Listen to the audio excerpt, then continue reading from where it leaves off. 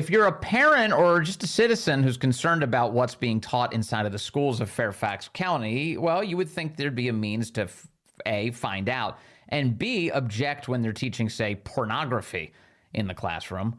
And it turns out there is a method for doing that. You can register an objection, but the person who's going to consider your objection, well, they're a freak. And for that, I want to talk about this story with Luke Rosiak now. He's a reporter over at the Daily Wire. He's got a great piece this week. It's called Virginia's Largest School District Put a Kink-Affirming Bondage Specialist in Charge of Reviewing Parent Complaints About Books. What's going on here? Let's ask Luke Rosiak. Great to have you with us, sir. Hey, Vince. Thanks for having me. Crazy. So Fairfax County, I mean, people know Northern Virginia by this point is a place for all sorts of wild stories just like this. Tell us what's happening in Fairfax. Well, so if you encounter a book that you think is inappropriate for school, say kids are reading a book that contains porn or something like that, you can file a complaint and they'll have you fill out the form. And it, goes into this ether where you assume that it's evaluated and responded to appropriately. What actually happens is it goes to something called the Challenged Materials Interdepartmental Review Committee. And so, I'm just like so Orwellian, even as you're beginning to describe it, but go ahead.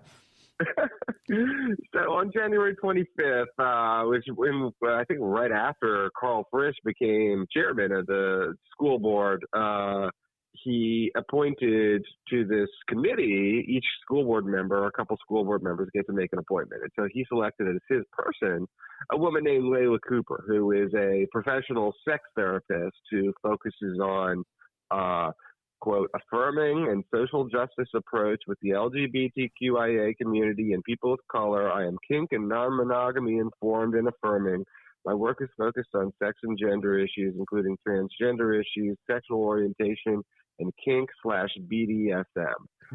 Wait. Bias. So BDSM, don't Google it, but it means people who get off on physically abusing others and humiliation. Yeah, it's like a consensual sexual torture situation. So wait, okay. All right, so that I was going to ask you about that. Okay, there's that, and then did you say something non-monogamous affirming? Is that what? In other words, like she's and so her professional bio goes on.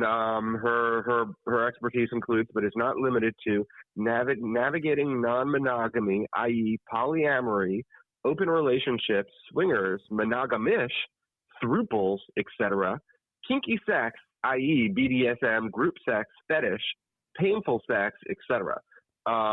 So this is there's 1.4 million people in Fairfax County, and all they needed is someone who just kind of represents the ordinary view of like, oh, that's appropriate for kids or not. Like, let's just give a second glance at something that a resident flagged and give the general consensus of if it's normal or not.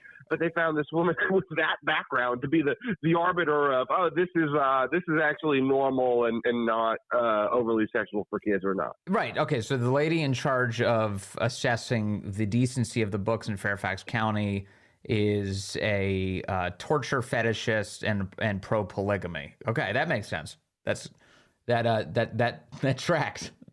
So, how much is this woman paid? Does she actually get paid by the Fairfax County residents? No, I mean, there aren't that many challenges of these books, and if there is a challenge, the committee will be convened. They won't tell me who else sits on this committee. I asked the school spokesman. I asked Carl Frisch. They won't even say what the composition of this board is. After I asked Frisch and Cooper about it, Cooper told me that she has resigned from the board to avoid causing a distraction to the good work that Carl Frisch is doing. So essentially, when I noticed it, suddenly they undid the appointment because it was politically damaging for Frisch. And the type of stuff, I mean, all those hilarious things that you just listed, which are actually kind of cruel and sick. The fact that she was all on board with them and like that's her life, is like these are all of those issues, the LGBTQIA plus. That's basically where all of this pornography keeps slipping into the schools under the guise of that there's some sort of virtue to that pornographic material, and that's what people like Carl Frisch and this lady believe, right? Yeah, and I mean, I should say the lady said that her interest in being on this committee was not related to her work as a sex therapist. That was her position. Just a spillover benefit.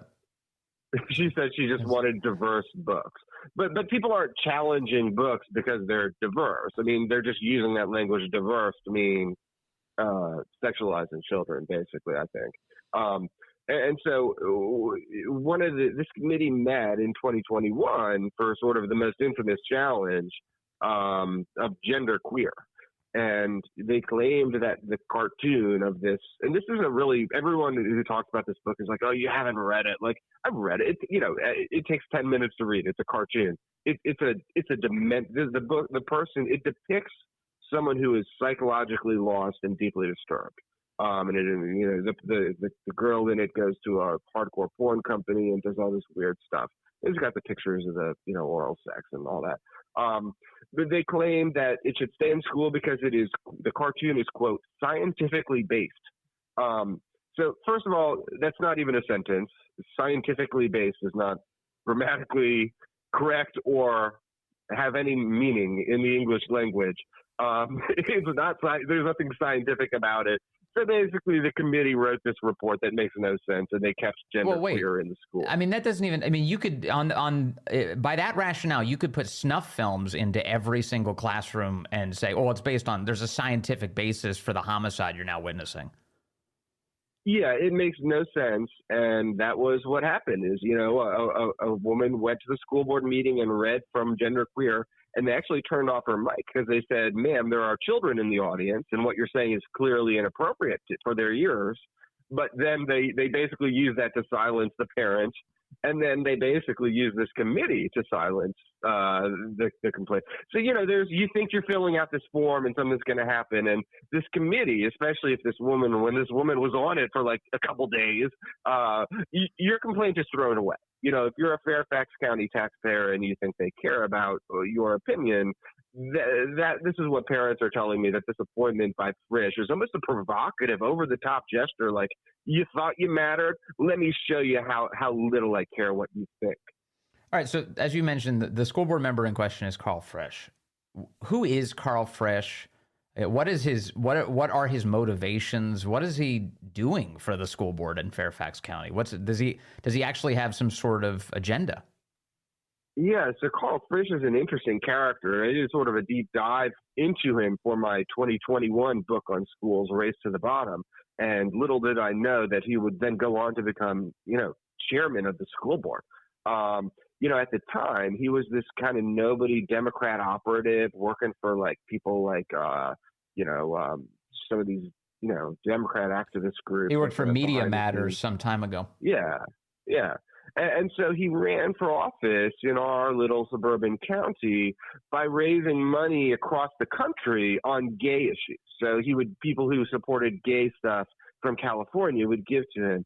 And by doing that, he basically nationalized a local school board race, and he got $183,000, which was unheard of for a school board race. So he gets on the position that way, and he's not like a school board member who is gay. He is more of a gay school board member, if that makes sense.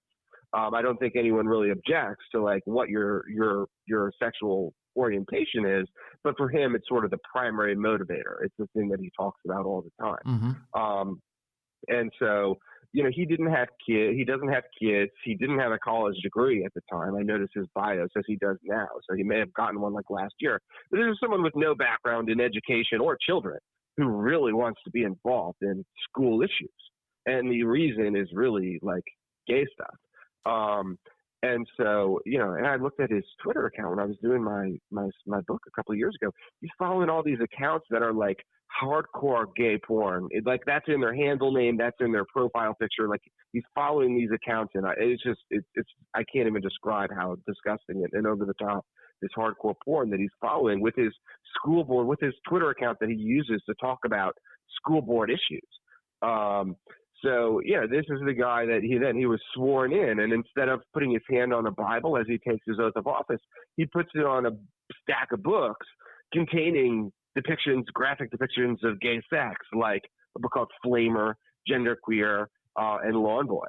Lawn Boy is another book that the review committee assessed because a resident complained. And Lawn Boy depicts oral sex by a 10-year-old. And the committee said it has literary value representing the perspective of a significant portion of students in Fairfax County public schools. So the defining feature of the chairman of the Fairfax County School Board is his obsession with his own sex life and the sex lives of others? Yes, and in a really extreme and irrational way. For example, when Mitt Romney was running for president in 2012, he wrote an article in the Huffington Post warning that President Romney would modify the U.S. Constitution and force gays to leave the country. So it's like hyperbolic, it's extremist, it is overridingly a Democrat partisan operative, not someone who's, and he did rant, And by the way, he got that one completely wrong, because Mitt Romney would probably be marching in the streets at a pride rally. Yeah, I mean, he was wrong about a lot of things. He said Fairfax County is a hotbed of right-wing extremism, right-wing religious extremism. I'm sure it is. And, when he was raising money for his school board campaign, he had one of these events. I don't know if it happened. I have the invitation, so I assume it happened. But the fundraising event advertised an appearance by a drag queen. So you're raising money to run for school board by paying to see a drag queen. So I really doubt there are more than a handful of people who think like this in Fairfax County out of the 1.4 million residents who are like, yeah, what I really want from my kids' experience in schools is a whole bunch of gay sex stuff. Yeah, for sure. The thing I really want for my kid is for a creepy stranger to take over educating them about bizarre sexual practices. That's what I really want. Because if my kid's not going to make it in life unless they have that kind of education. This is crazy. So if Fairfax County was in any meaningful way so-called right wing, you'd have people reacting to this with some outrage, like what is this guy doing? Why is he in the highest position of power in the Fairfax County School Board? Are you sensing that? Are people reacting that way? I think that people, he won the first time with his massive amount of money. The second time, he kind of, breezed into office as a Democrat incumbent because people don't really know who these people are. I mean, I doubt he has any real support, but people do see that D on the name by his name, on the sample ballot and just kind of check the name. I think the one-party state in Fairfax County enables this kind of thing where even most Democrat voters don't actually support it, but he doesn't have to care whether they like what he's doing or not because he knows they are going to vote for him regardless. Also, his sexual identity is a cudgel in these things. I mean, you've got plenty of people, I'm aware of them, all over Northern Virginia who will vote for him just on that basis. Oh, he's the gay candidate. Okay, we'll vote for him.